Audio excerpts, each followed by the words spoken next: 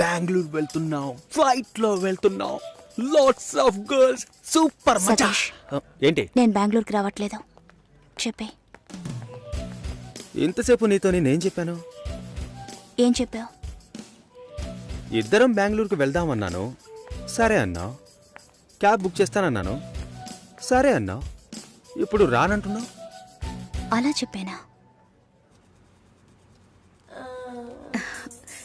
ఏం తీసుకుంటా? అది ఏమి ఇచ్చినా సరే. నువ్వు ఒక పెద్ద మనిషివి. బాగున్నారా? నమస్కారం. కూర్చోండి. మ్యారేజ్ డేట్ దగ్గర పడుతోంది. లేట్ చేస్తే మంటపం దొరకదు. ఇప్పుడు బుక్ చేస్తేనే ఇన్విటేషన్ ప్రింట్ చేయడానికి కరెక్ట్గా ఉంటుంది. మీరు ఎవరైనా వస్తే. మేము రావాల్సిన పని లేదు. మీరే చూసి ఏం చేసినా ఓకే. సరేనమ్మా, మేము వస్తాం. భాస్కర్ లేరా? బయటికెళ్ళాడు. వస్తే చెప్పండమ్మా. ఫోన్లో కూడా కాంటాక్ట్ అవ్వడం లేదు. చెప్తానులేండి. వస్తామండి.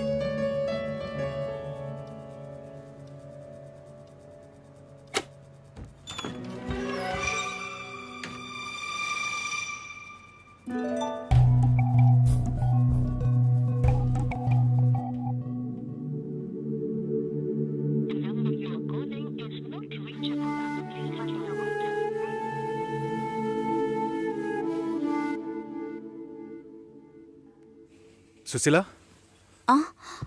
భాస్కర్తో మాట్లాడతావా? మండపం చూసాం, ఫోన్ చేస్తే తీయట్లేదు. కొంచెం మాట్లాడమంటావా? 3rd July wedding. సునీల్ వచ్చి. బాబు తప్పకుండా రండి.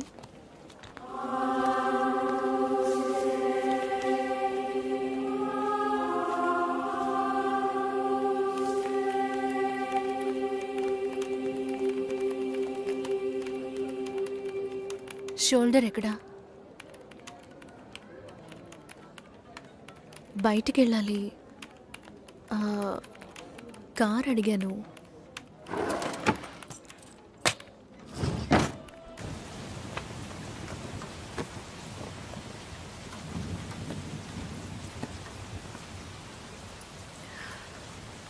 రేపు పెళ్లి కూతుర్ని చేస్తారు.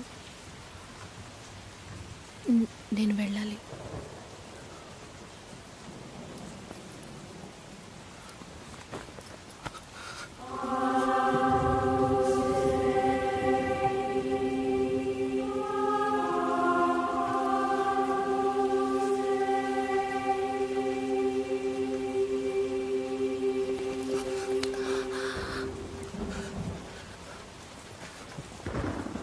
నేను చెప్పినప్పుడల్లా సీరియస్గా తీసుకోలేదు.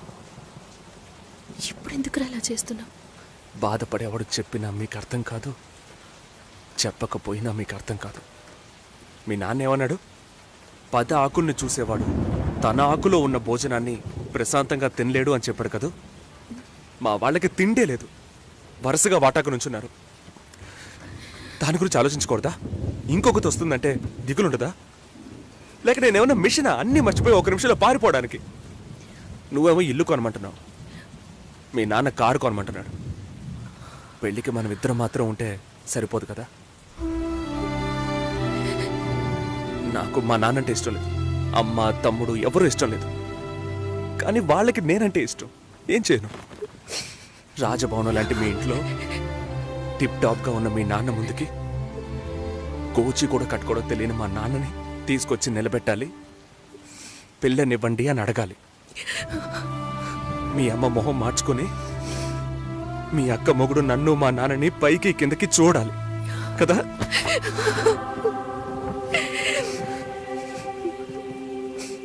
ఈ ఆలోచనలు ఎవరికైనా ఉంటాయి.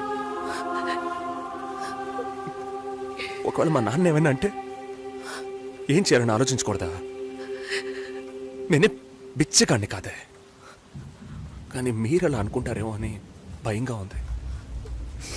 లోపల ఏదో ఒక భయం రక్తంలా ప్రవహిస్తోంది. మీ నాన్న మంచోడు అన్నావే,